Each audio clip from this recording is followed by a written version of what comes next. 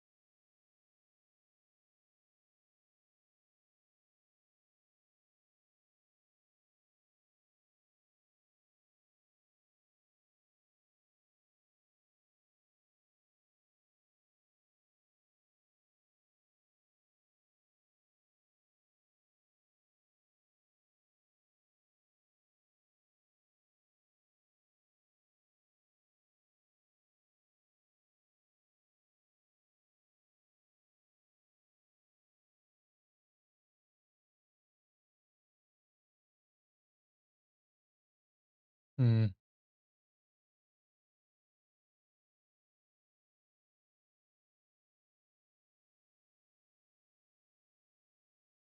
Hmm. I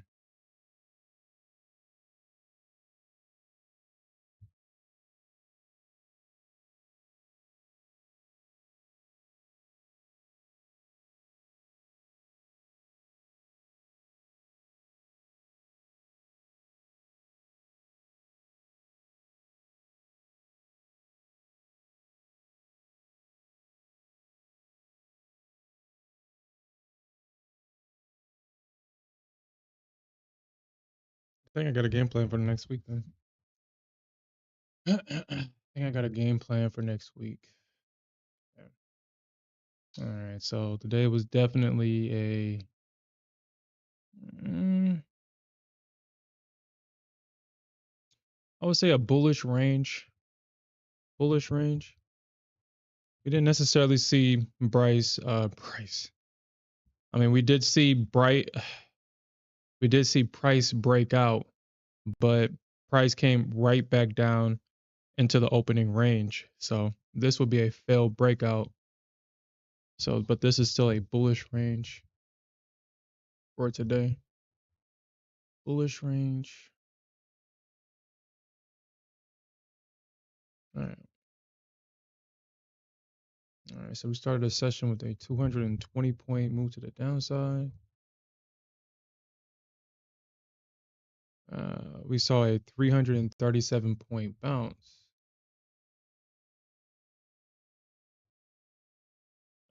a 226 point rejection,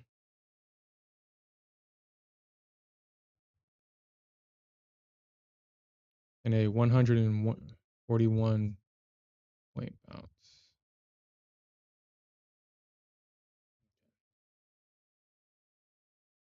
Bullish range, so points to the downside, points to the upside, a rejection, and a bounce. Oh, yeah, I don't know why I was slacking with yesterday, so I'm definitely gonna have to fix that.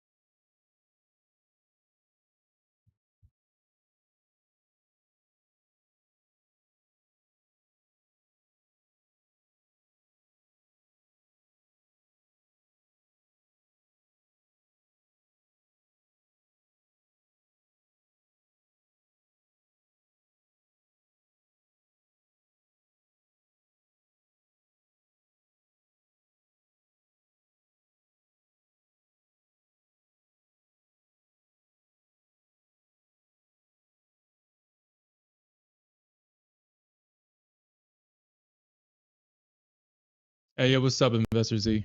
What's up? Hey, man, did you catch that gold short? As you can see, I caught a piece of it, but man, that shit kept going. And did you catch this gold long? Man, gold paid me handsomely yesterday. Handsome. I mean, all my accounts green. Now, I did use one account and I did fight the trend a little bit on gold, but I was like, man, this shit ain't about to short. So I just bought the top and sold it higher. And I'm glad I did because not only did my target get hit, if I kept trying to short this market, if I kept trying to short gold, that account would have been gone. But yeah, beautiful short. I just hate the fact that I couldn't get more of it because of the stupid consistent. Well, I mean, in the sim, but in my eval, because of that stupid consistency rule, yeah, I only took 900 ticks or 90 ticks tonight in that account and then locked it out on the Top Step account. And you shorted this afternoon? Oh, you said you shorted this afternoon? Yo, Bears got, man, Bears just have it so hard in this market. They were getting killed on the Nasdaq and on gold at the same time. Bears couldn't even find a safe haven. Bears could not find a safe haven yesterday, which is absolutely crazy.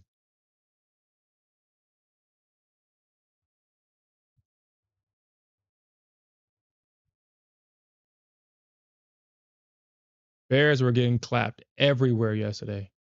Every market they tried to short in, it was like, well, shit, Nasdaq going up. Let me go over to gold and try to short gold.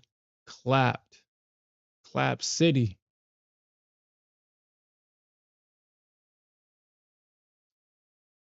Yeah, I still had a long. I caught this long, and I was able to catch this retest. I mean, obviously, most of my targets got hit, and the only thing I have left is a runner. But I think I think we see downside tomorrow. As I said in my NA meeting video tonight, actually, I was looking for 525 for the rejection. We got the 525 rejection, and we talked about that in last night's NA meeting about if we didn't see that rejection at 445, then 525 was definitely going to be that area where bulls are going to take their profits. And that's exactly what they did here. And something else that I noticed is that the bulls double topped here at 445. So if the bulls do not reclaim above this level, the only place for price to go is down. We got a two-legged pullback. Price came back and retested resistance, and from here we're seeing price move down. So it's gonna be tough for the bulls to break this structure, but I mean this is the Nasdaq, so I'm pretty sure if the bulls try hard enough, they can get it.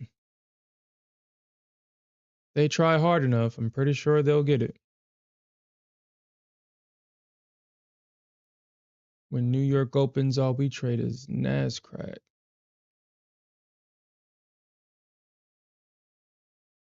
Nasdaq. When New York opens, all we trade is Nasdaq.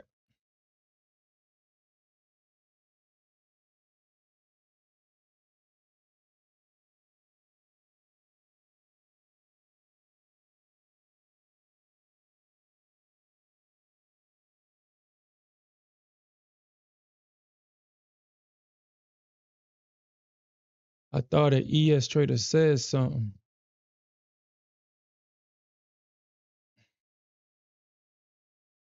Man, get this shit out of here, man. I ain't about to do this, man. CL's banned. CL banned forever. Shouldn't have did that shit.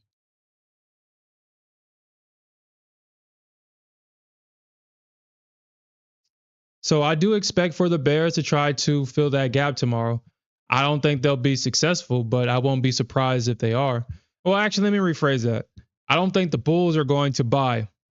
I think 525 is that high, and the bulls are going to be systematically selling out of their positions, buying as it goes lower, selling it at areas of resistance, and buying as it goes down and selling the pops.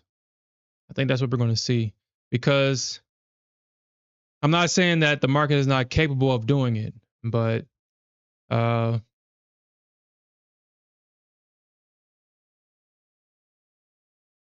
we started out the session at 20,373, and we touched a high of 21,529. Let's do some quick math on that.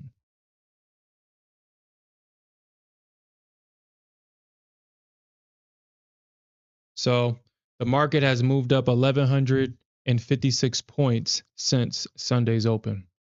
1,156 points to the upside. So the question is, will the bulls continue to hold and push and grind higher?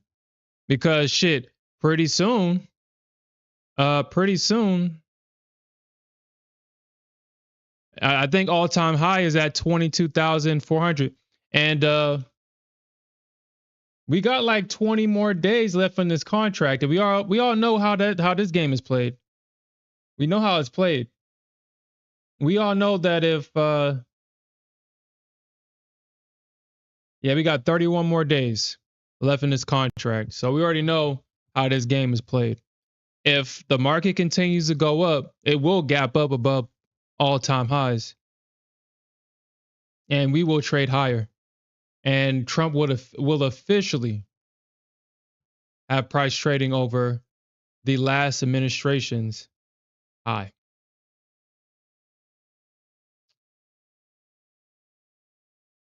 And we can touch some shit. Imagine we're at 25,000, 23,000 on the damn Nasdaq. Hey, yo, what's up, Shiznaz? Yeah, I only trade technicals as well. I try to keep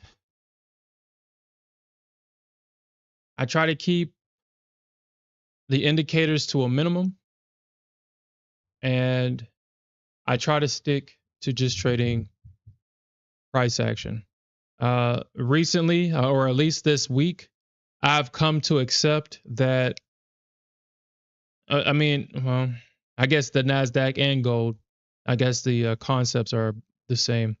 If you can kind of get in at these highs, then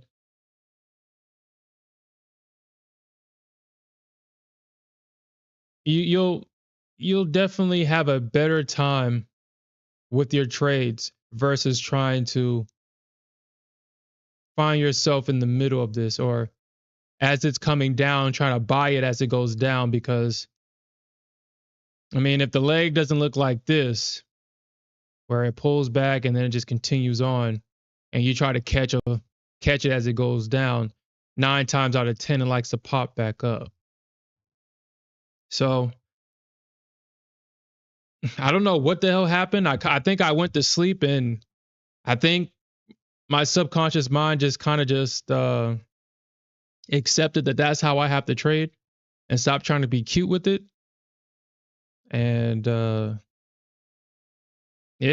had beautiful trades yesterday, man. Beautiful trades. Beautiful trades. I'm talking about the tippy top. Obviously, I didn't get out at the bottom, but was able to get a bunch of good trades. And the ones that I lost were the ones where I tried to be cute. Like both of my trades on the Nasdaq and gold worked. It was my add-on trades that I lost money when trying to add on to the position as it was going down. And for whatever reason, that just seems to be challenging at the moment. So I guess I'm just going to not do that anymore. I'm not going to add into my position. I'm just going to try to accept how much I make with the position that I start with and just go from there. But I do believe price action is king. Price action traders definitely have a easier time, in my opinion. instead of trying to catch breakouts and breakdowns and stuff like that. And then have the market break structure to the downside, kind of like right here. It breaks and then it pops right back up and it trades right back into structure. And I mean, if you're not scalping this, then this situation tends to happen more often than it doesn't happen. So,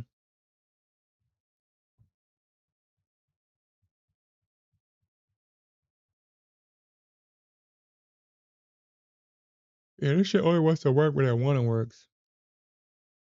It wants to work.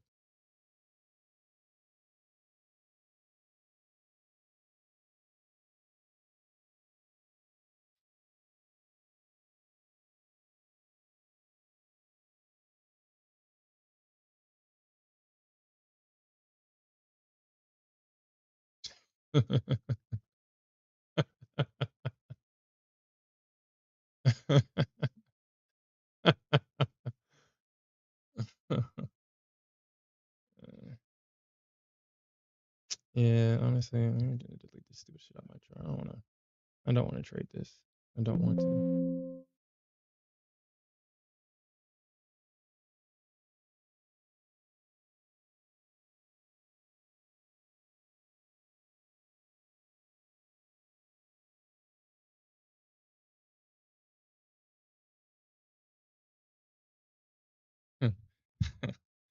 That's right.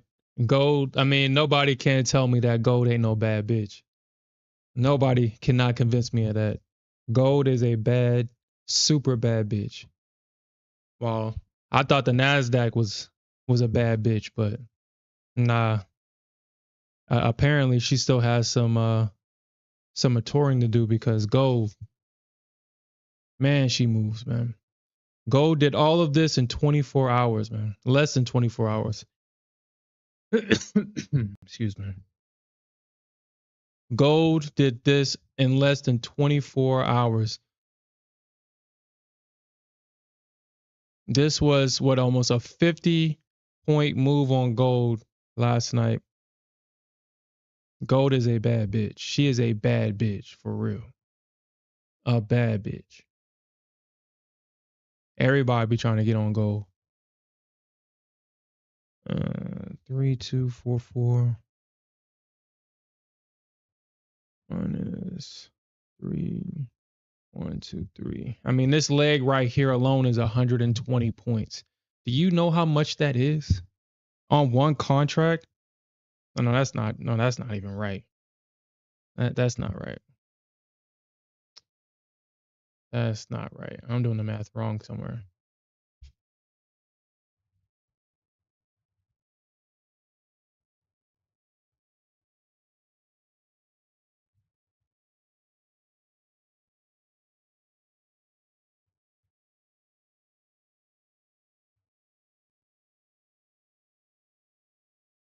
It has to be 12,000. Yeah, 12,000 on one contract on gold from top to bottom today. This move right here was $12,000 on gold on one contract. $12,000 on gold. $12,000 on one contract. If you just held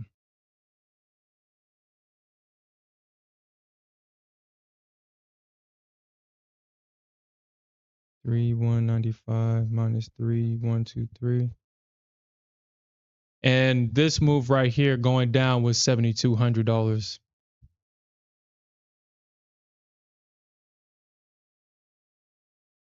Altogether, if you had one contract going down and one contract going up on gold, that was 20K.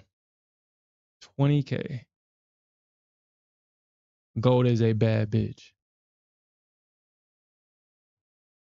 Yeah. What's up, Wizard Trades?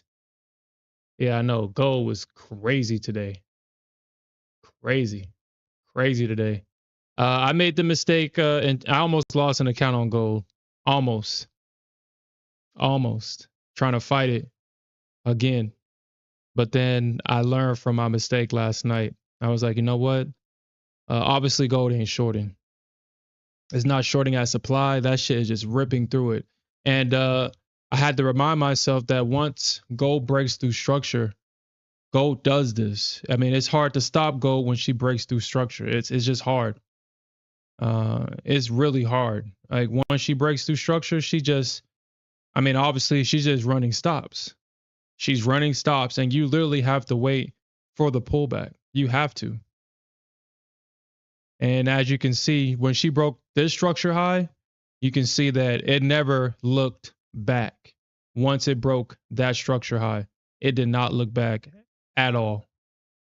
Crazy. Gold was crazy today. Super crazy. And I think it made a full retracement. Yeah. We had this big drop. I think what the 14th was what Wednesday session.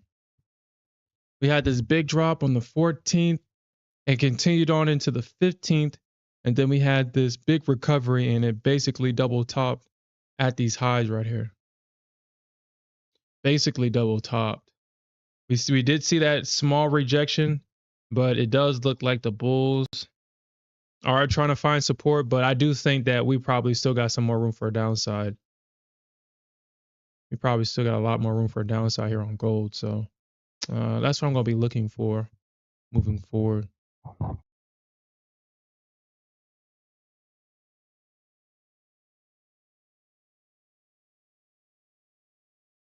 Mm.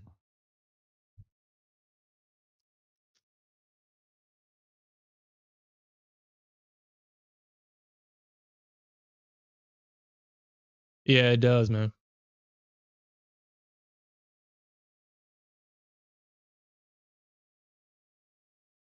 You said 174, and I do have a pivot point at around like 1729. So right there around that level, got a pivot point right there. 1729.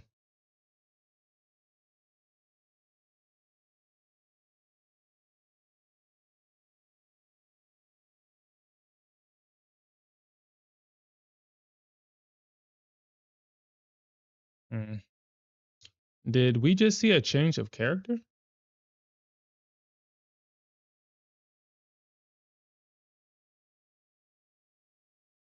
Okay, no, we didn't. Or yeah, no, actually, you probably did.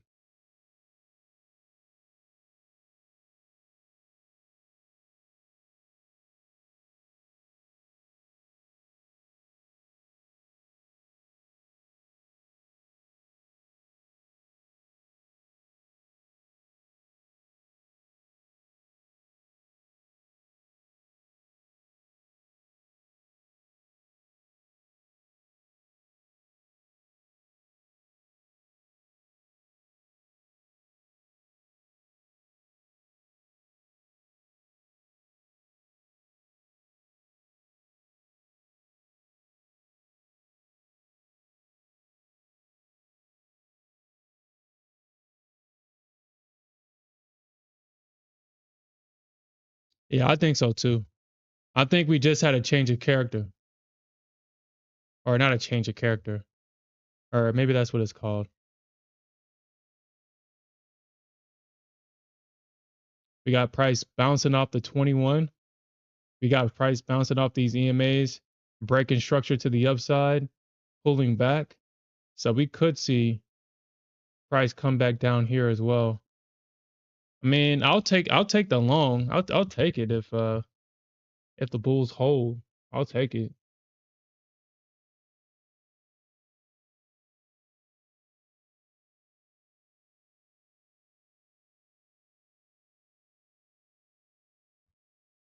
I'll take it if we can kind of get price to come right back down here.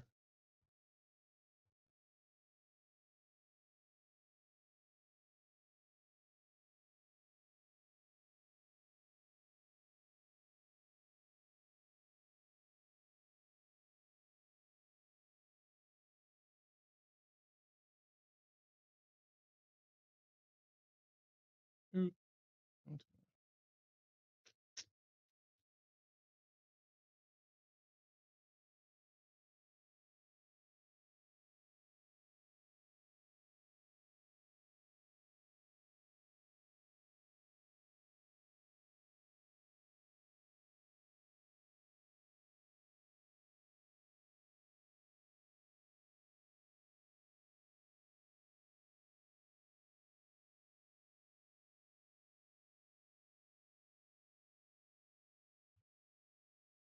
You say you'll focus on gold until you get an A plus setup on NQ.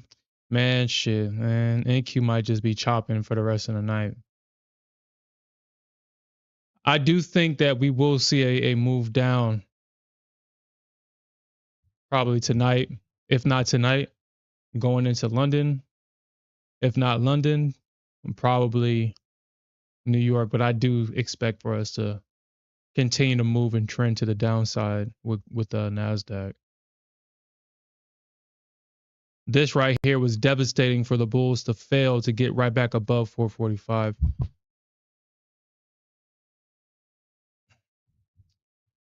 And so, because of that, I think we're going to probably see a stop run lower and price going from there.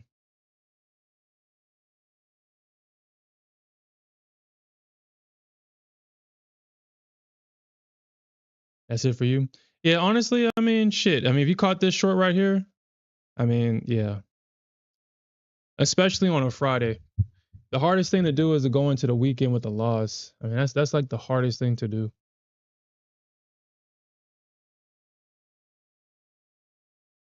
Or it's the hardest thing to, you know what? Mm, you know what? I'm gonna make an adjustment. I think I just said something, and I think I need to. Mm,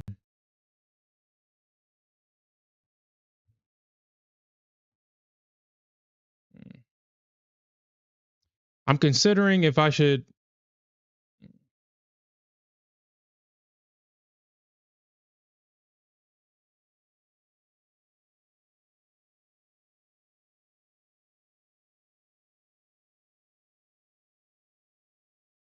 Mm. So what I was considering was locking myself out of my accounts on Fridays moving forward, because, like I was going to say, if you have a good day on Fridays, you'll just go into the weekend and it's just another weekend. If you go into the weekend with a red day, that shit kind of lingers and it kind of just ruins your whole weekend. And I was thinking about actually setting it up to where my accounts are actually locked on Fridays moving forward. I may do that. So I'll give myself the opportunity to prove to myself that I can stay not necessarily consistent, but just disciplined. If I blow another account on a Friday, then moving forward, all of my accounts will, not all my accounts, but my accounts will be blocked on Friday. The ones that I trade off stream, like my funded accounts, my MFF accounts, I trade those off stream for the most part. And those are the accounts that I particularly care more about than anything.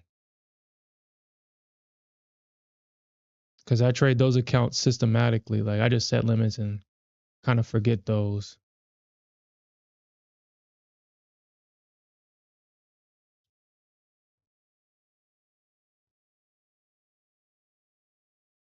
But I'm gonna activate an Apex account for next week, and I'm gonna trade mostly gold on those.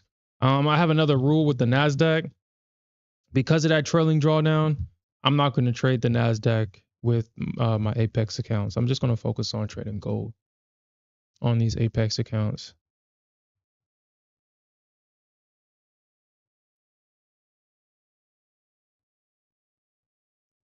I will defeat these Apex accounts. I will get a payout from Apex. They will pay what the fuck they owe. They are not, they're the only ones I haven't gotten a payout from them and Take Profit Trader. And my ultimate goal is to get over there at Take Profit Trader so I can take advantage of those daily payouts. But that trailing drawdown is going to be something that I have to overcome that.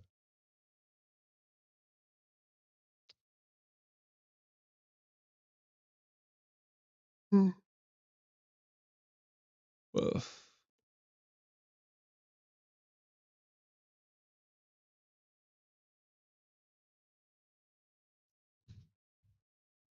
Yeah, what's up, Trader Golded? What's up?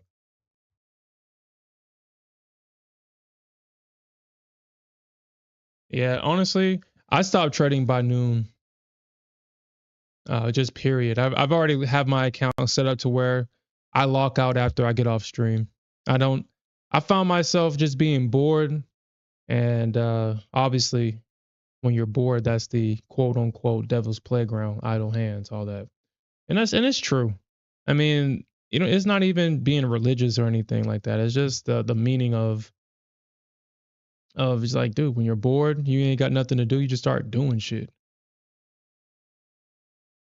And that is definitely the case for myself when I feel like I don't have anything to do, which honestly, I don't know why I should ever feel that way.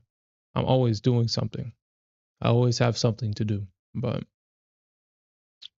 I find myself just being bored. It's like, oh, let's see what the market's doing. Let's see if I can make more money. And I tend to get behind the charts, get a good trade in, feel that euphoria, impatient to wait for the next setup, create a setup in my mind, take it, lose money, and then we all know what happens going from there. Chasing profits, trading on tilt, losing it all, blowing the account, yada yada, blah blah blah.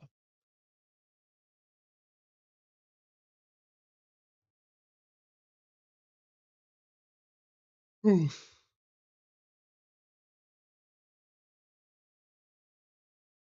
Yeah, honestly, I like yeah, Tradify is actually pretty cool. I actually no, I don't prefer Apex, but I want to take advantage of their cheap prices. I mean, right now with that 300K account, that's the cheapest account on the market with the most value right now, in my opinion. That 300K account, yeah, I mean, I can get the 20K, and which is crazy because I mean, I can easily make the 20K and pass the account, and then get onto the funded side and building the account from there. Because I've done that with Blue Sky multiple times. I've passed so many Blue Sky accounts, and I just love the big accounts. I'll just make the 20K, and I just like having that drawdown. But that was when I was trading Nasdaq. Once I get comfortable trading gold and just accepting that if I just trade with the trend, I will make all the money in the world and kind of shake off all those Nasdaq habits, I'll be unstoppable with gold. These prop firms will truly hate me.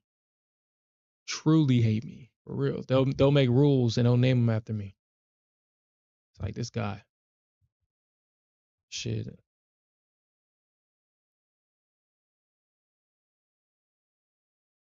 Shit. I have nothing bad to say about Blue Sky, but when I was a live trader with them, it wasn't the best experience. And something that I've learned trading with Blue Sky kind of throws me off. Well, it kind of threw me off from them. And I don't know if I'm ever going to trade with them moving forward. Uh, they have a 10K a week limit on their live accounts. I don't know if they've changed this, but you can't make more than 10K in a week over there at Blue Sky. And they cut you off at $5,000 per day. I was trading on tilt and I had it in my mind that I was going to make 10K that day. And if I didn't get cut off at 5K, I would have made 10K plus.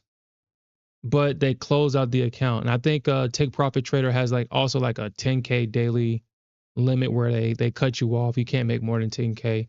It's been a while, so I don't know if they still have that. If Alfred's in the chat, I'm pretty sure he can confirm or deny that. But Blue Sky literally cut my position at 5K, and that pissed me off. And then I actually read their rules, and it's like, yo, you can't even make more than 10K in a week, which is fucking crazy. So I don't know. I don't think I'll be trading with Blue Sky moving forward. If you hit your daily loss limit, for whatever reason, it shows up as the account is blown on your dashboard. I had to reach out to support multiple times. Like, hey, can you unlock my account? And during all that Trump craziness, And all the moves that I was missing, they were they were dragging their feet to unlock that account. And I can understand why. I can understand. I mean, if you looked at my Blue Sky performance, they was probably like, damn, like this guy, like who the fuck is this guy? Passing all of their 20K accounts in 5 days, uh, making 4 or 5K daily, and then on the blue live part, uh, consistently making the $700 to get, like I was running through their accounts, running through it. And when Trump was all that crazy, when going through all that craziness with Trump and all that price action, they would not unlock my account. I had to ask them multiple times, yo, unlock my fucking account, unlock it.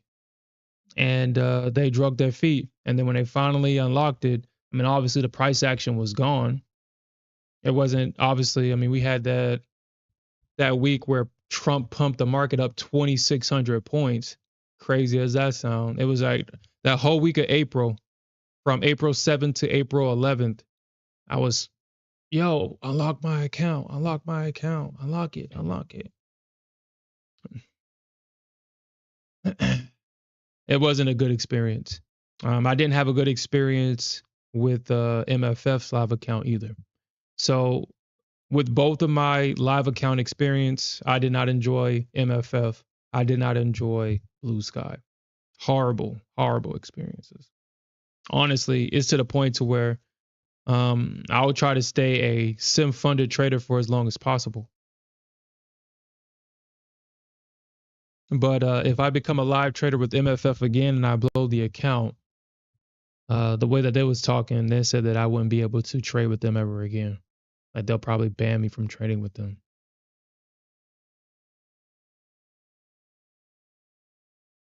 They said that the email said that, well, we see that you're a consistent trader, so we'll give you another opportunity to reach live.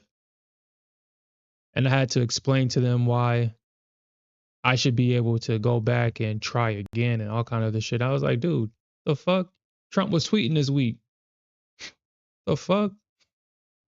The market was moving 1,000 points in a day. What do you expect? What do you freaking expect?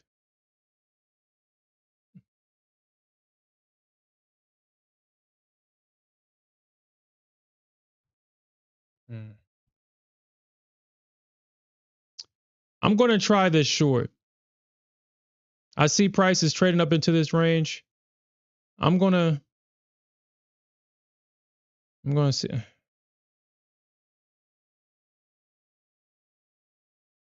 Hmm.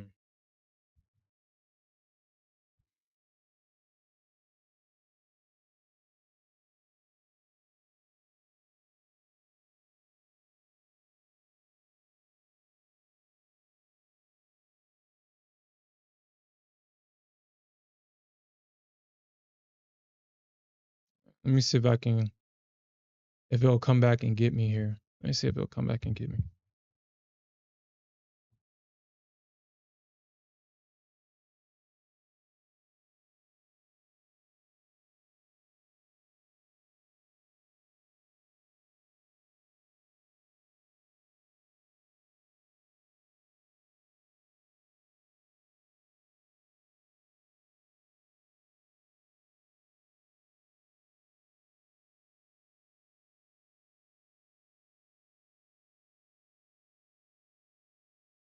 But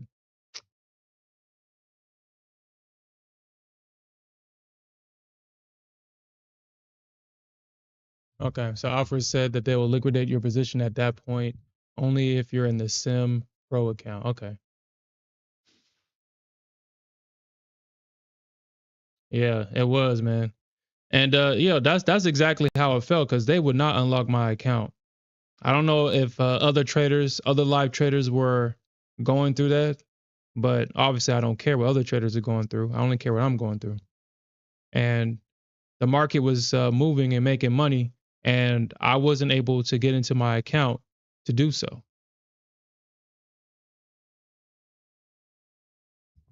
I wasn't able to get in. And I mean, everybody that was with me trading know how pissed I was, man. I was pissed, man. Pissed. Pissed. And then when you don't have the accounts, that's when the Nasdaq wants to hit your levels perfectly. She was hitting all my levels perfectly. I was just pissed. I was like, man, I will never trade with these guys ever again. Never trade with these guys. And honestly, I probably won't. Like I said, I enjoy trading with Blue Sky, but it's just those small little things that just like, you know what? It's not worth it. I did enjoy trading with Tradeify when I had the account. One thing that I like about these new prop firms is that they are allowing you to trade all day up until the session close instead of that 3:10 cutoff that Top Step and MFF and all these other prop firms are cutting you off. And you know that price likes to move around like 330, 340 or something like, I mean, if we got like news or something like that, just being locked out of the market when all that volatility happens, that's not fun.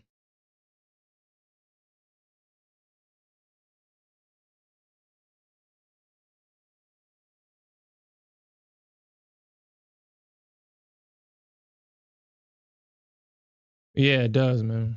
It freaking does. And that was like the main thing that was like really pissing me off. I was like, man, I just could have made like 5K just right there. Right there. One contract, price moving up 500 points in 10 seconds from my level.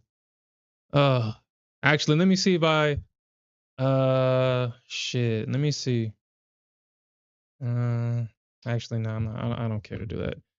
I don't want to relive those moments. I'm pretty sure I still got the messages in my account of me like, yo, open my goddamn account. Open my account. Unlock my account. And then them dragging their feet. Bastards. Anyway.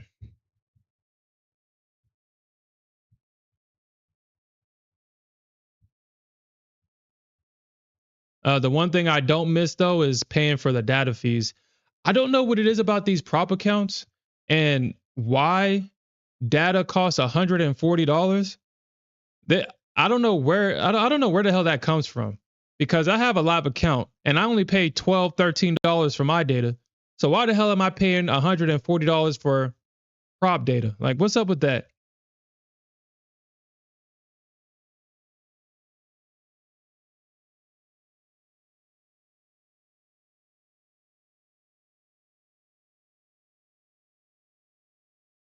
I'm only paying $12 for my live data.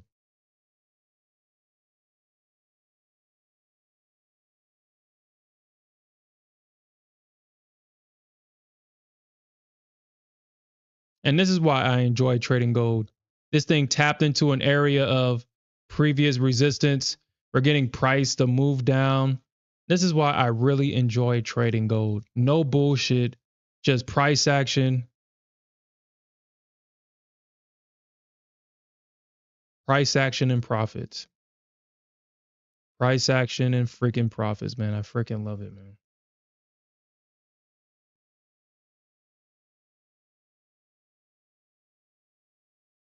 Yeah, probably.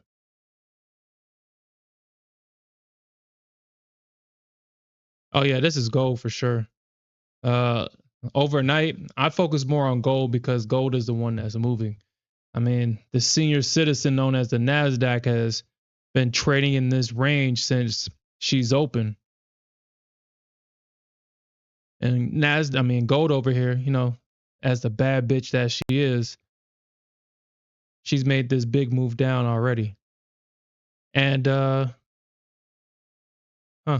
yeah, you trade with the trend. I mean, and wait for the retest.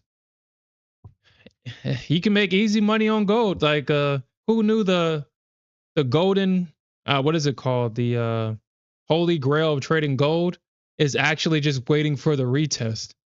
Who knew? Gain weight knew, and he kept that shit to himself.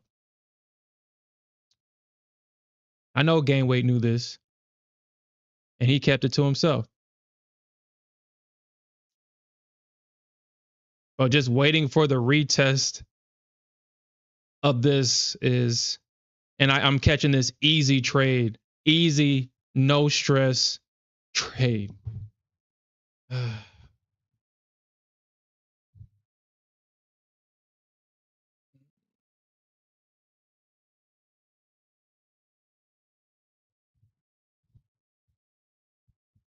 Oh yeah, my bad. I forgot. I'm not supposed to talk nice about gold. She's gonna show me how crazy she is, like she always does.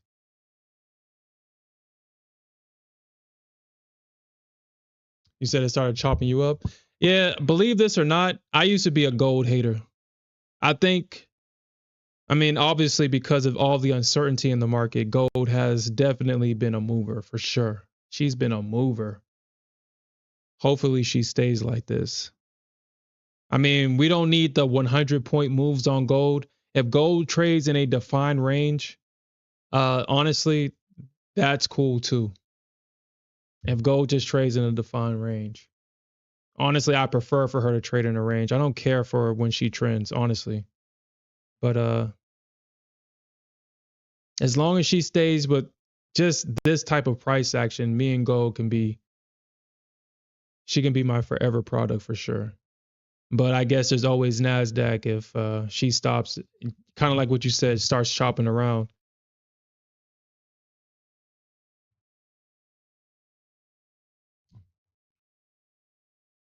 And I'm gonna pay close attention. I'm gonna pay close attention because if gold slow down and CL picks up, then I'll go to CL, even though she's banished.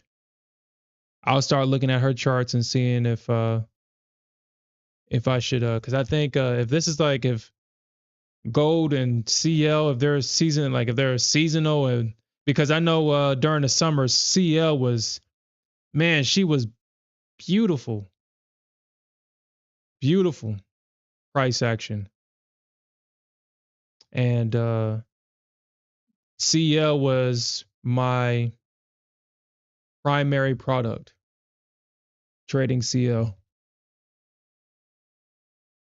And then she just started not moving and then I just dropped her because she didn't give the same energy that she did during the summer. Now obviously when we went into the winter, which honestly it should be crazy because I mean gasoline should be kind of year round. I mean the house gets hot, you use gas to cool it. It gets hot or cold, you use gas to heat it. But for whatever reason during the December months when I was trading her, she only moved during the overnight, like during like 1 or 2 o'clock in the morning Central Time, and she would have crap price action during the New York session. And I don't know why she changed like that, but obviously I wasn't going to be able to make money in my account that trading like that, so I had to switch over.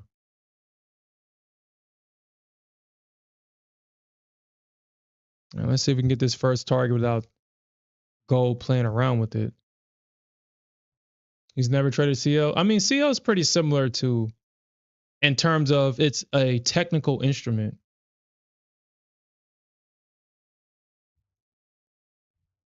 It's definitely technical, just like gold and ES and stuff like that. All right, here comes that first target. If she would just hit it and stop playing around with it. There we go. All right, so we got that first target hit. We can see if we can get the second one hit. I mean, I do got this limit right here. I do got this limit, and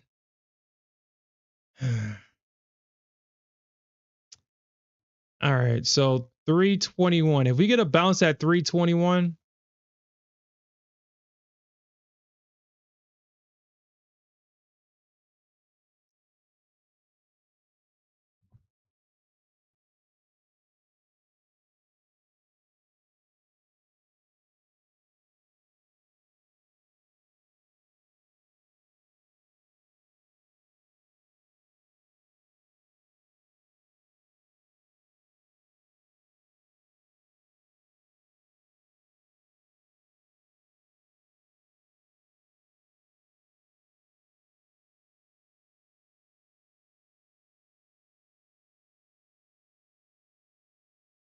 Shit. Shit, I don't care. As long as gold is moving, shit, I'm gonna be over here. Shit, she's gonna definitely be one of my top picks for sure. Definitely gonna be one of my top picks. I mean, I was even looking at a CL chart before the stream, and CL just doesn't stay on my charts for too long because of what. I mean, I've already shared that story plenty of times. It's just that I just look at her and I'm just disgusted about what the hell she did, and I just can't keep her on the charts. I just can't. All right, so we got that second target hit. So we got just our runner. Okay. Mm. But if gold slows down, but then I don't know, man. I mean, CL is not looking any better neither. CL is not looking any better. I mean, we did have this big move on CL.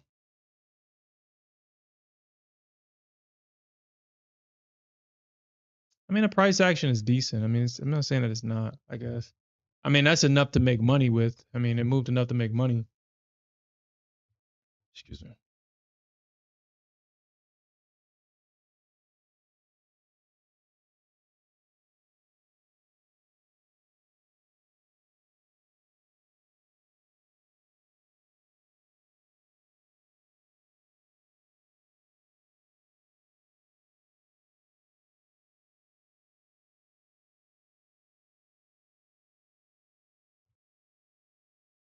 It made enough to make money, though.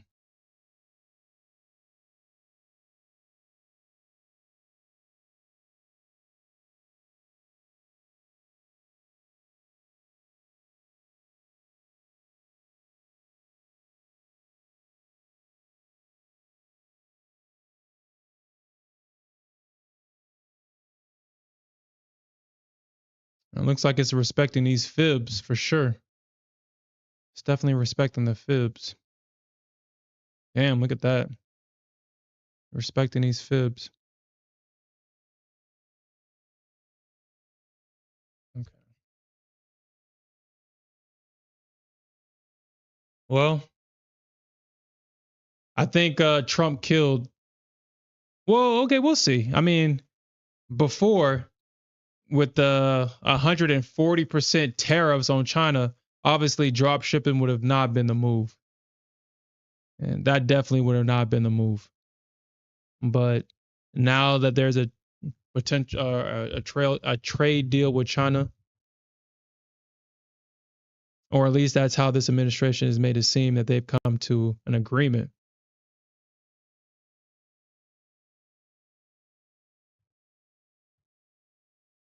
Maybe. But shit, anything that you buy over there from China would be tariffed at whatever percentage China is being tariffed at, and obviously the money wouldn't make sense. I mean, the it just wouldn't make sense.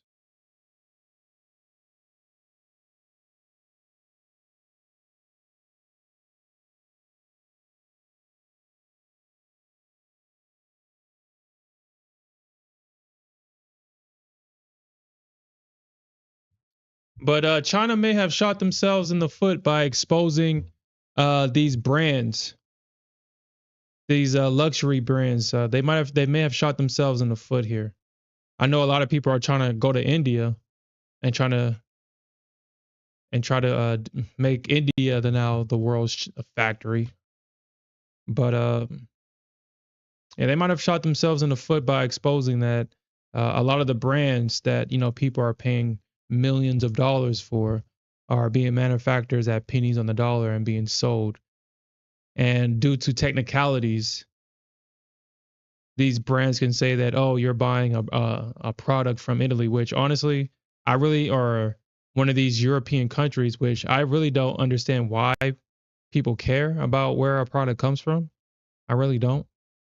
I know people love the feeling of uh, feeling like they're better than other people. I understand that some people have an elitist personality, and then they get off on that. But uh, No one really cares though. I mean, and that's the thing. No one cares what you have. The only thing people care about is if what you have can help or benefit them. That's all people care about. So when you drive a fancy car, uh, you have the biggest house on the block, no one really cares about that unless you're inviting them over. And it's like, yeah, yeah, that's my friend right there with that big old house. He invites me over for dinner every weekend, and he has a beautiful place. And the only reason why people say that is because you're inviting them over. Don't invite them over, and that same person was like, "Oh, look at that ass. Oh, he thinks he's so big, or she's so big and mighty because she has the biggest house on the block." That's just how people are. No one cares, man, unless it's benefiting them. No one cares. I think that's the biggest thing that I learned along my journey is that no one cares, and that I shouldn't be putting myself in debt to keep up with the quote unquote Joneses, because the Joneses are broke. There we go, baby. We got that. The Joneses are broke, but nobody doesn't know about that because the Joneses are keeping up with themselves. They're keeping up with the image of people. They're keeping up with the image that people have of them, but they're broke.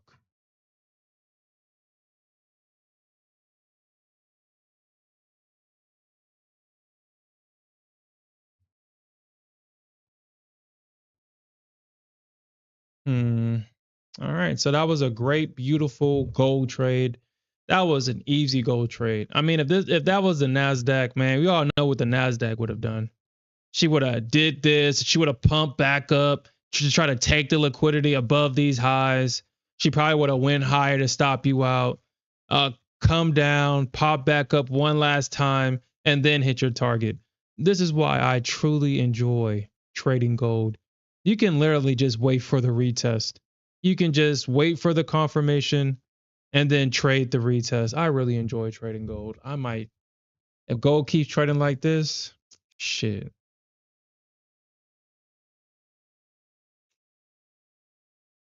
Yeah, it definitely is, man. Yo, that's exactly what the Nasdaq does, man. She was like, man, so do I want to take his money or do I want to take away his happiness? Which one do I want to do today? Maybe I can do both. Or maybe I can go to his target, miss it by a couple ticks, run back up to his break even, go to his stop, maybe not take his stop the first time, give him a little bit of hope, go down, go a couple points underneath his break even, and then take his stop, and then take his target with him not in it. That's just how the Nasdaq is. That is how she is. Yo. I don't want your money. I want to take away your happiness too.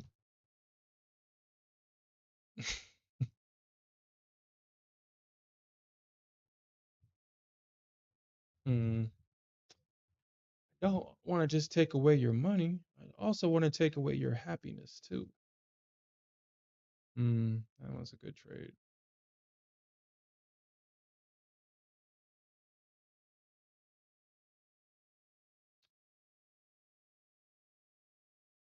That was a really good trade. Really good trade.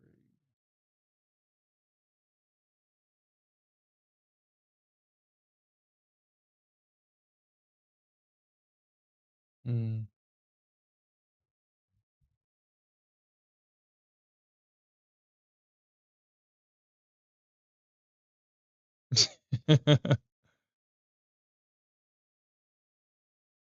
Mm-hmm.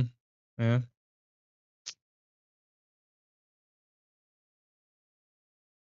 You said a trade makes you want to close your computer and take a nap and dream about it? Mm. Yeah. It was definitely a beautiful trade. That is definitely one of them good dream fugles. And a Nasdaq, senior citizen Nasdaq, still trading in this open range, still trading within the open range, hasn't broken out of it yet.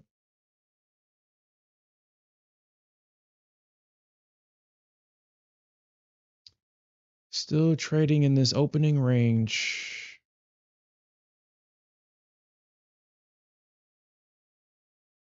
Yeah, price popped right back above this range. We had it trade underneath the range, and now it's back trading in this range right here.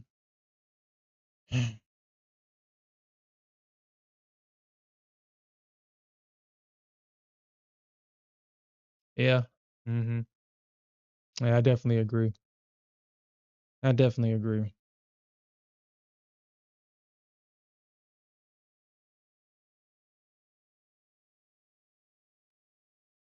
I definitely agree. Because I mean, honestly, I really, I mean, I won't be surprised. I won't be surprised if the Bulls are able to break above 445, but it's highly unlikely. Unless there's some news overnight, it's highly unlikely.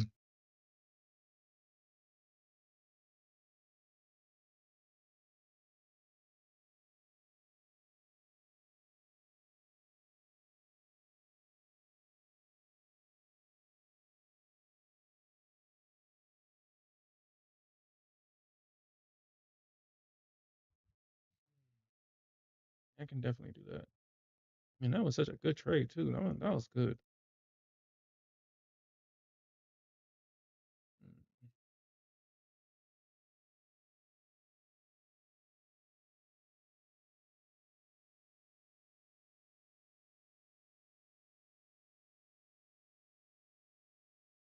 Well, Shiznaz, you're absolutely correct. That's exactly what the Nasdaq does. That's exactly what she does. I mean, this is what she did last night, and then she grinded up to the upside. That's exactly what she does. Kind of like what she did last night. She grinded and then she had this big move down, but you can see as it was coming down, the Bulls tried to buy it on the way up. And then when the Bulls were finally able to regain control, or I guess let me just be more clear. The big money was selling out of their position and retail was trying to buy this thing as it was coming down. And then as the big money was buying this thing, because obviously they're the only ones that can move this market up like this and buy stops, the Bears were aggressively trying to sell into this damn thing. So it just seems like all this week, as the market was moving, it just seems like when it was moving down, retail was trying to aggressively buy into it. And then as it was moving up, they was trying to aggressively sell into it. And it just seems like that's all the price action that we was getting on the Nasdaq was just grinding. Grinded on the way down. It grinded its way right back up. Just a whole lot of grinding.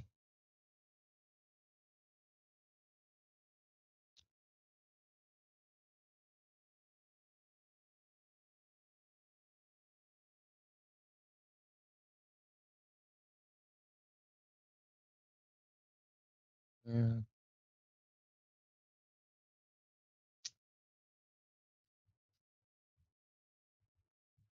I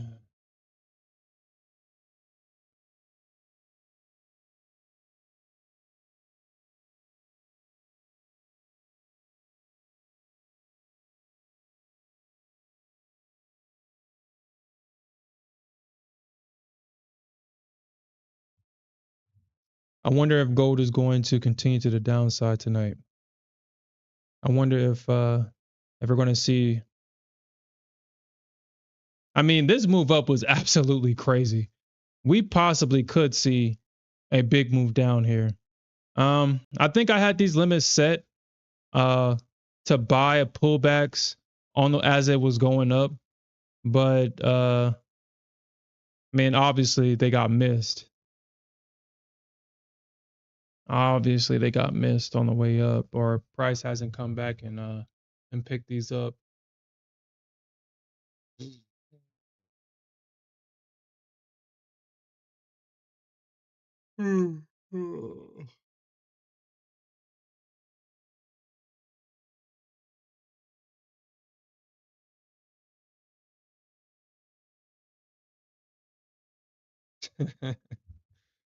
Shit, you don't have to imagine it.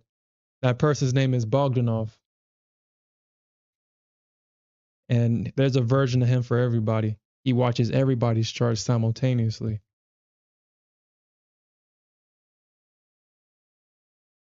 Oh, he bought? Dump it.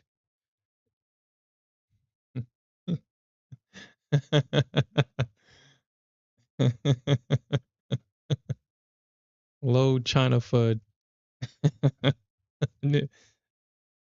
Print a bull flag, then dump it. Load the dip.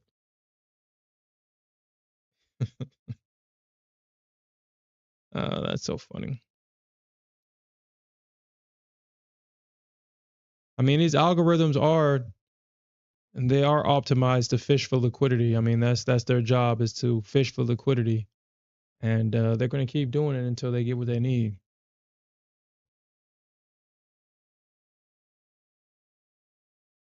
Oh, you haven't heard of it? Really? Huh, that's interesting.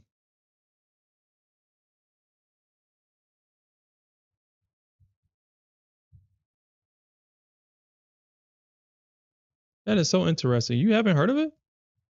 Hmm. Mm, interesting.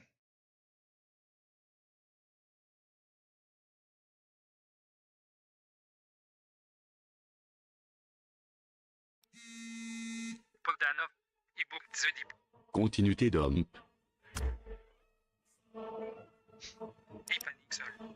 Temporary bottom, reversal. Point pit and pay un tabule flag.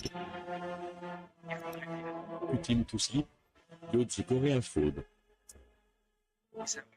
Make him think it's the bottom. Drop off the volume. Yeah. Dump it again. Push it sideways. He's doing Print research. 100 million That's Tether when funny. he goes to sleep. Then pump it. Yeah. Funny memes. Funny memes. As a trader, I would find it hard to believe that anybody has not seen that. It's like the most funniest thing in the world.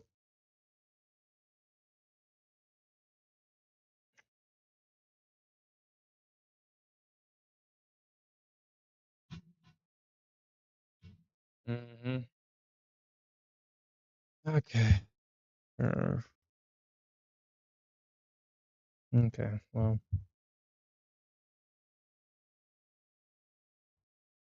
All right, guys. It's 10 o'clock. I'm going to end it here. I'm going to get to bed. We'll definitely come back tomorrow. We definitely had, well, y'all guys didn't see my first gold short, but man, catching this top right here, just waiting for this retest. So when I looked at my charts, so I'm gonna kind of talk about the trade, and then I'm gonna go to club bed because I'm tired, definitely tired. Just waiting for that retest trade. I mean, it was so perfect, just waiting for it. I mean, I took a little bit of drawdown. But I mean, overall, I have a 3-point stop. So 45, 45, 7. And then, yeah, my stop is like all the way up here. This is where my stop was. So, I mean, I did take a little bit of drawdown, selling or at least making the attempt to sell this retest right here. But I was able to catch that short down. Beautiful short. And then was able to catch this short. You know, honestly, I'm kind of interested to see if this works because I moved. So originally, I had this limit in right here to potentially catch a double bottom, but I randomly moved it down. And it's interesting that the area where I randomly moved this down, this limit down to, I mean, it bounces. I mean, I'm not gonna say. I don't know if we're gonna see a full retracement. Oh shit. Oh man. Okay. I randomly just moved this shit down out of the way, out of the way of my targets. Let's see.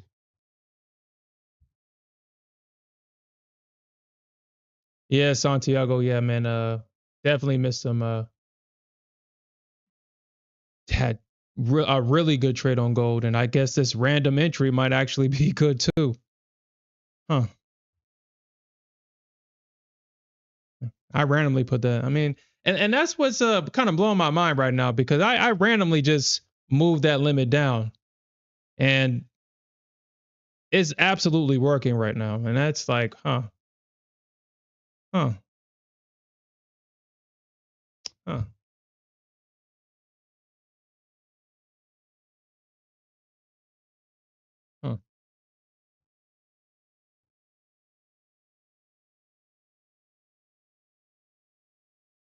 Shit, I know, right?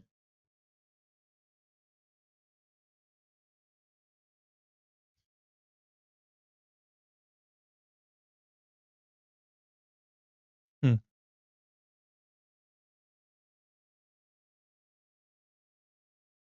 Yeah, it definitely does. Yeah, I was actually looking at that. Yo, that 21 and 50 EMA, especially on instruments like gold and CL, is definitely crucial. Definitely, definitely crucial. I try not to even fight against the 50 EMA because it's just so consistent how this thing just rejects from it. It's so consistent. Sometimes the market likes to trick you and it's like, oh yeah, it's over the 50 EMA, just keep buying, keep buying. And then they dump it. But for the most part, once this thing starts to really trend, yeah, that 50 EMA is something crucial.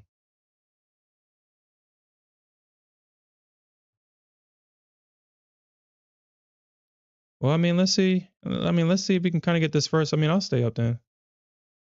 I mean, shit. I'm in the trade. Shit, might as well take it, right?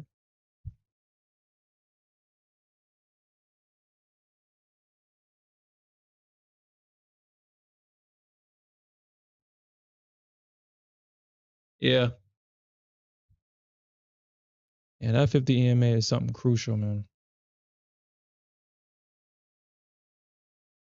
Well, it's crucial until you get over here on the Nasdaq. The Nasdaq, I mean, it's sometimes that 50 EMA. Sometimes, man. Sometimes. Uh, the 50 EMA does work on the Nasdaq, but then just sometimes it'd be like, man, really?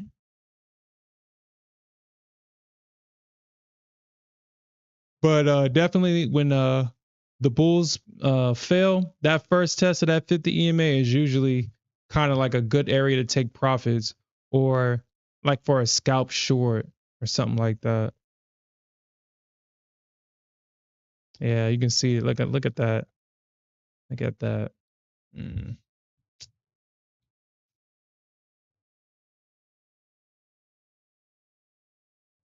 Oh yeah, yeah. It definitely did, Santiago. Yeah, definitely.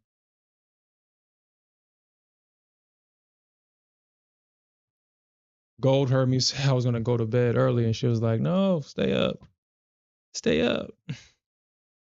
Let me just tap you and keep you interested."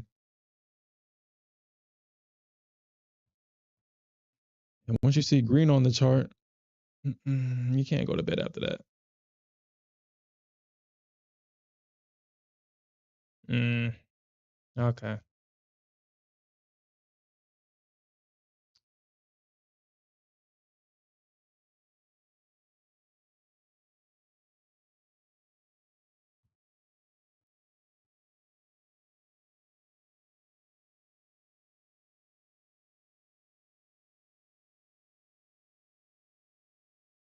Oof.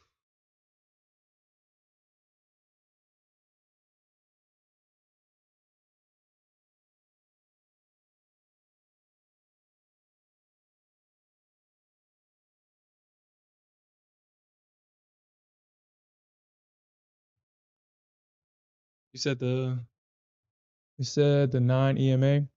You know, at one point in time, I used to always trade with the 9 EMA. The 9 EMA was actually my EMA of choice. But for whatever reason, I took it off my chart and never really put it back. Let me actually see what that even looks like. Let's see what that even looks like.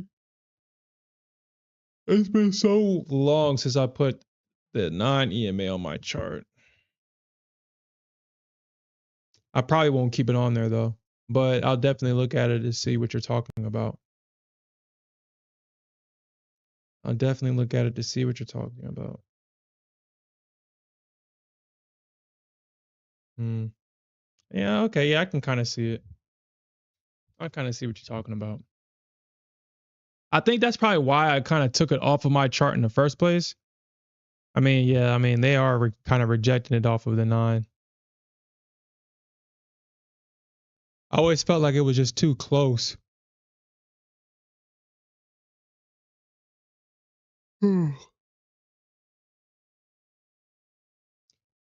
But yeah, definitely I can see it.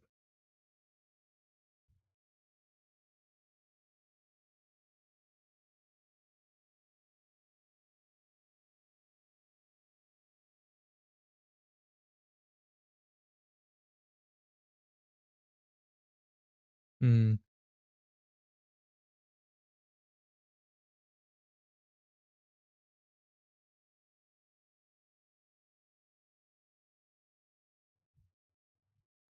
They use it to scale it in when you're in on a trend. Hmm.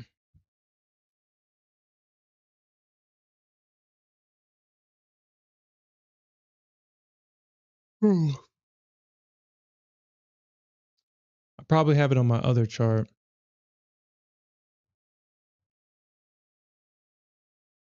Put it on my other chart. The chart that's off stream.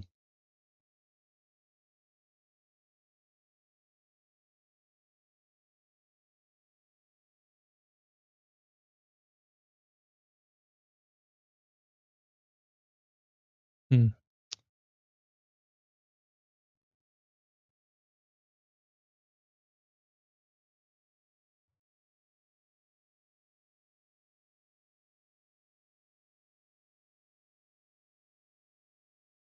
Ugh.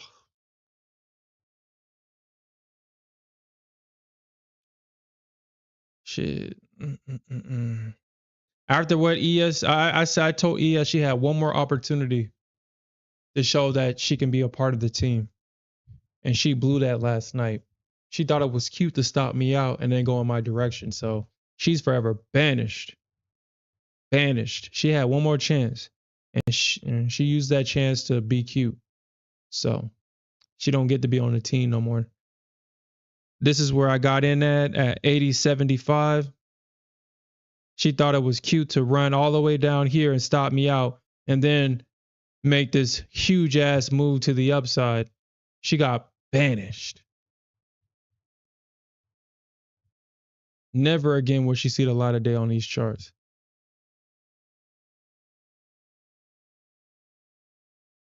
She on the same list with freaking CL. Same list.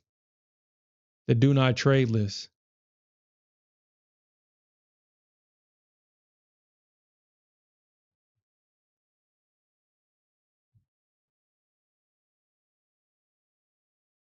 Yeah, I know. Like, what the hell? Like, first off, it's like the ES is like that ugly female on the internet that be acting like she's a bad bitch. And so she be complaining like she one of the bad ones for real. It's like, nah, like you're not getting talked to because no one likes you. No one likes you. You shouldn't be acting that sassy. You shouldn't be acting that sassy. You don't got the looks for it. Sorry. You're not bad like that. Not like Gold and Nasdaq. They can get away with shit like that because they're bad bitches. Yes, you're not a bad bitch. And she trying to act like she a bad bitch and she not. Seem like the ES when it got BBLs and facelifts and plastic surgery and all kind of shit like the Kardashians. And now she thinks she bad. Nah, you ain't bad for real. And so she started acting up. She don't get the text messages no more. Stopping me out and then going in my direction. And who the fuck you think you are?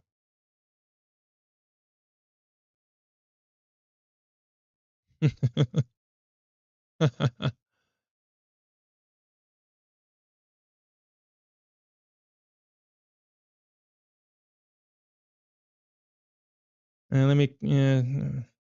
I mean, I don't know, man. I don't think I can keep CL on my charts, man. I don't think I can. I don't think I can. Hmm.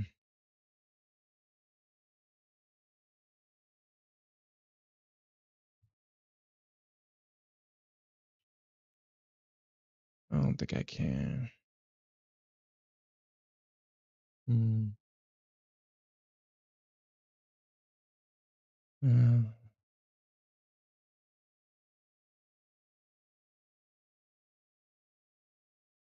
I mean, CL follows the fibs. I'm not going to sit here and say that she doesn't. I mean, she's bouncing. She's reacting at these fib levels. I mean, I'll give her at least that. I'll give CL at least that. She's bouncing and reacting at these fibs. But I don't know.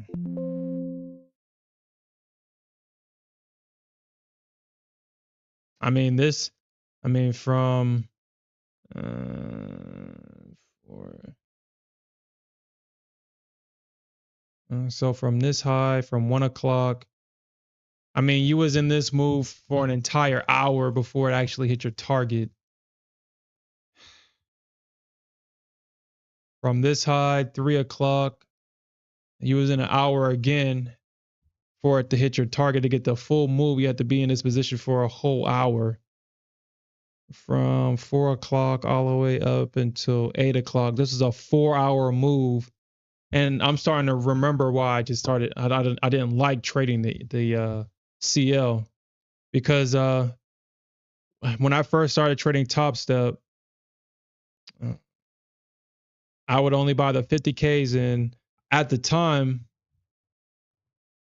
that's when the Nasdaq just became super volatile, and for whatever reason, or I guess the laptop that I had at the time wasn't able to keep up with all the volatility and volume. And every time I would open up a NASDAQ chart, it would just freeze. And so I couldn't trade the NASDAQ based on just me having uh, a computer with, I think, only 4 gigabits of RAM or something like that. And only it was like only 4 gigabits of RAM. So obviously it wasn't going to be able to handle none of that. So I had to trade something slower like CL, and CL was what got a lot of my payoffs from Top Step. But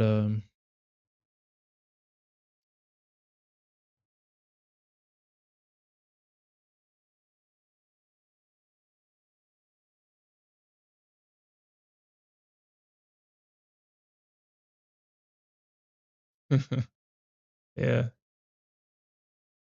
And yeah, like I have a 32 gigabytes of RAM on this laptop, and during all that Trump stuff, my computer was lagging then, which surprised the hell out of me because this one has an i9 core. I think it had like quad cores, and it had 32 gigabits of RAM, so it should have been able to handle all of that, but for whatever reason, it just couldn't.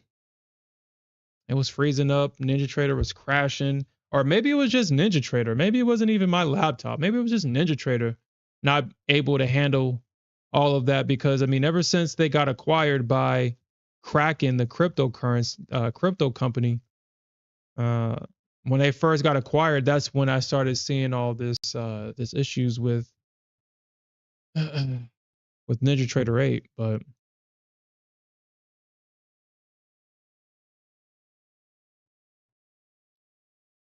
and I haven't had any problems since that time. So maybe it was just NinjaTrader and they just couldn't handle it at the time.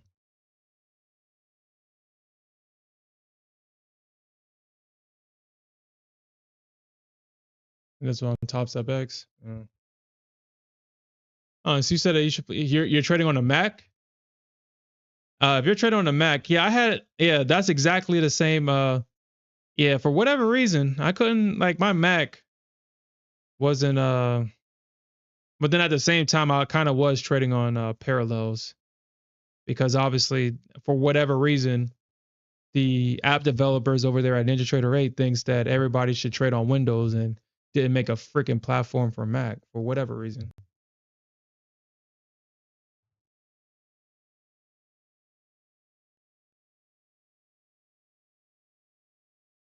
Uh, $250 laptop. Hey, it doesn't matter how much it costs as long as it works. I mean, shit. China just, I mean, like I said, we said it earlier. China manufactured things for pennies on the dollar. Companies like shit, all those iPhones and stuff like that. From what I heard, it's like less than $100 to make, and then they sell it for $1,600. So I mean, they're a $1 trillion company for a reason. I mean, they sell hardware that runs their software.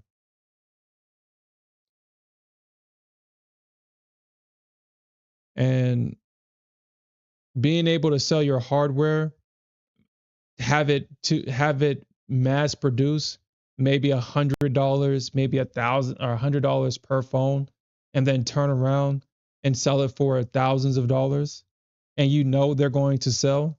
Because I mean, if you put a new number in front of it, it's the same phone, but instead of it being an iPhone 14, we're just going to call it an iPhone 15, and people are going to buy it up.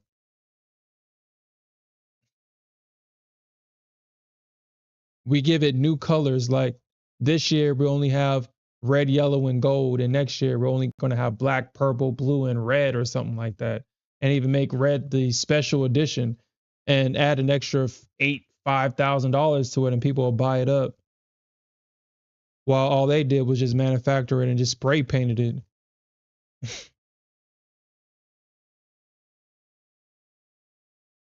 You gotta love capitalism. So shit, as long as, I mean, shit, I think China's already shown us that it doesn't matter how much it costs as long as it works and it does what you need it to do.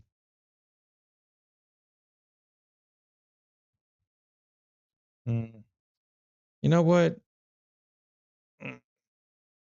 This could be dangerous, but I'm gonna do it.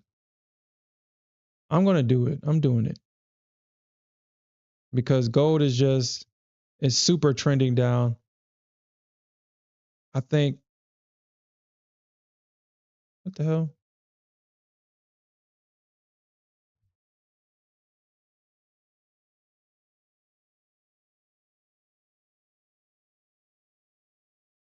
We'll see.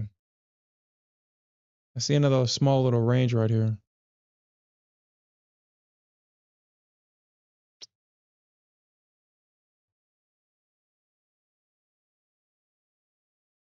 Yeah, you're right, Santiago.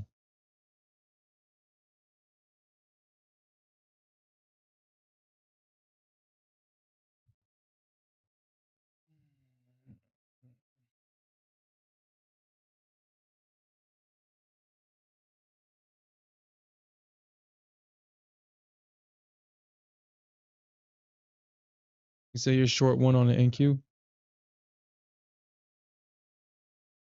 Where are you short at?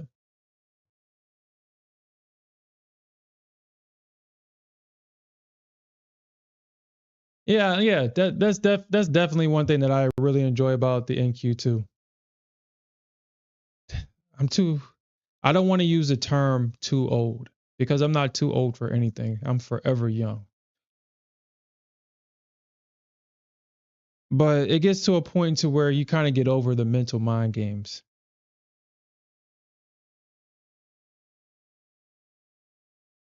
When you're at an immature level, the mental mind games are definitely fun. I'm not going to sit here and say that they're not.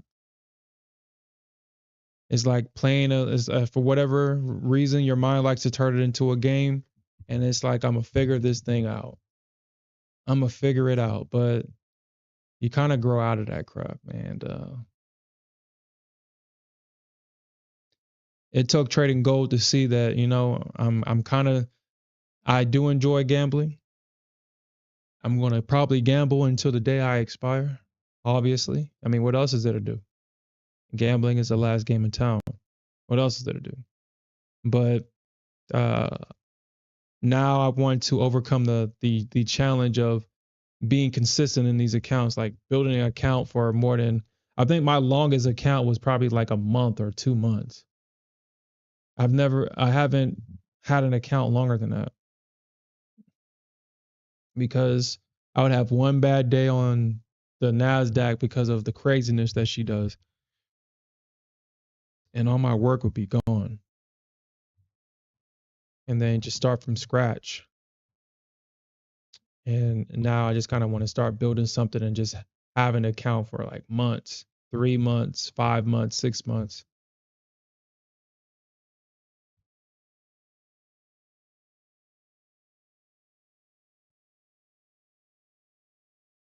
Oh, week 3 in your XFA? Yo, congratulations on that, man. Are you trading small?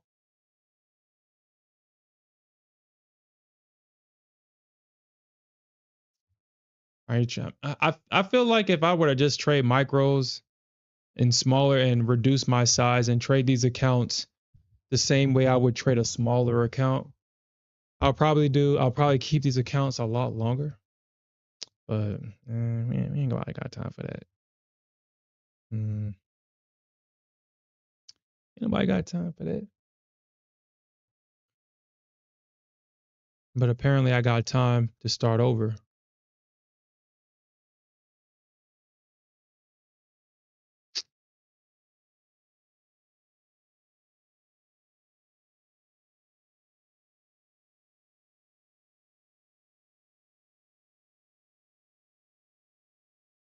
I'll reduce my risk on this one.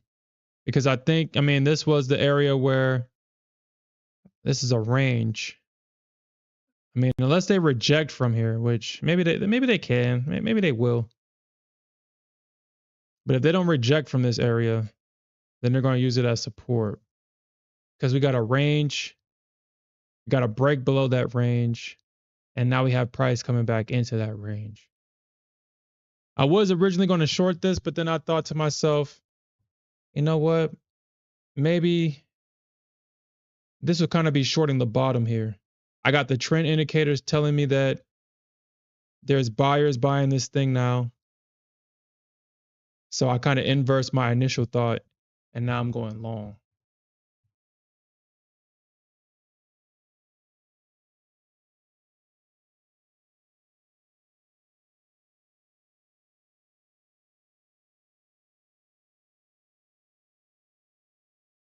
Really? Yeah, I definitely agree. Yeah, I actually have a 3 micro contract strategy with the Nasdaq it's profitable. And if you look at how much the Nasdaq moves, you can definitely make profits. It's just you kind of have to be patient for the profit or the targets to get hit. My 3 contract strategy with the Nasdaq looks like this. Or do I still got that? Or I must have actually changed it. I think I changed it. Actually, no, I didn't. No, I didn't. Mm. So this was originally my 3 contract strategy, but then I added 3 more contracts to the strategy to make it 6. But yeah, my first target is like 80 points. My second target is 90 or 100 or something like that. And my last target is 160 points.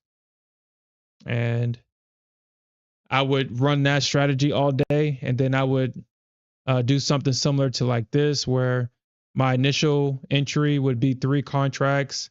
If it was scaled down, I would add an additional 3 contracts, and then I would stop out at like 54 points and I think that's like a $400 or $500 loss to make so it was a $400 loss, and I would make $1,100 if it hit all my targets.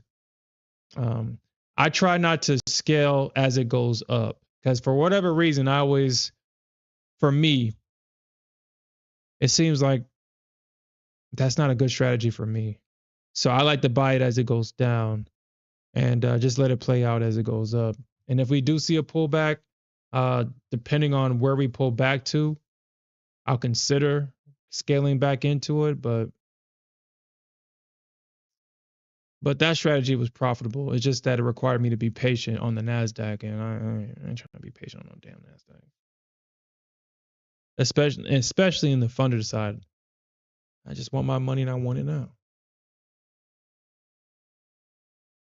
Good entry. Yeah, a lot of people. I see a lot of people trade that way. Like they don't have targets. They have areas where they're looking at and just seeing how price reacts, and they'll take their profits in those areas. Damn, maybe I should have stayed in the short. Damn, I should have took the short.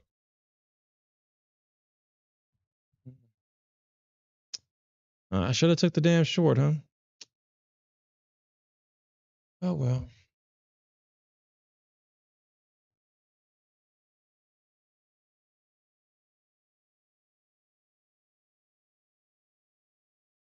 Let's see if I mean if they hold this, then I should be good. If they hold this, I got the stop dots right there. If they hold this, I should be good, but maybe I'm not. Maybe I'm not. It looks like they're trying to break through that. They're trying to break through that too.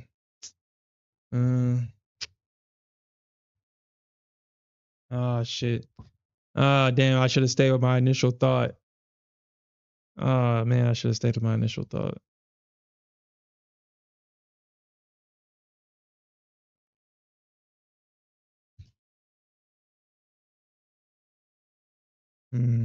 We'll see. Well, it looks like the buyers want to buy this. It looks like the buyers are buying this, but it does still look kind of bearish though. We'll see what happens.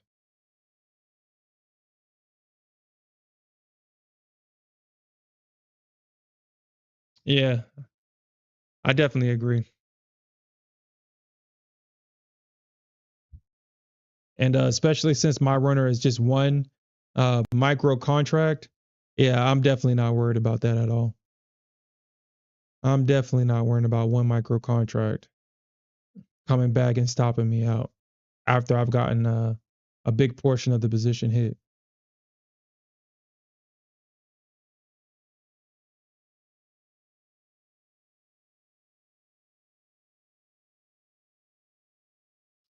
But all right, guys. Yeah, I'm definitely going to bed now. We made it to 10:30. We'll definitely come back tomorrow morning around New York Open, and we'll definitely look for more ways to earn some more money. And with that said, peace out, everybody. Have a good night.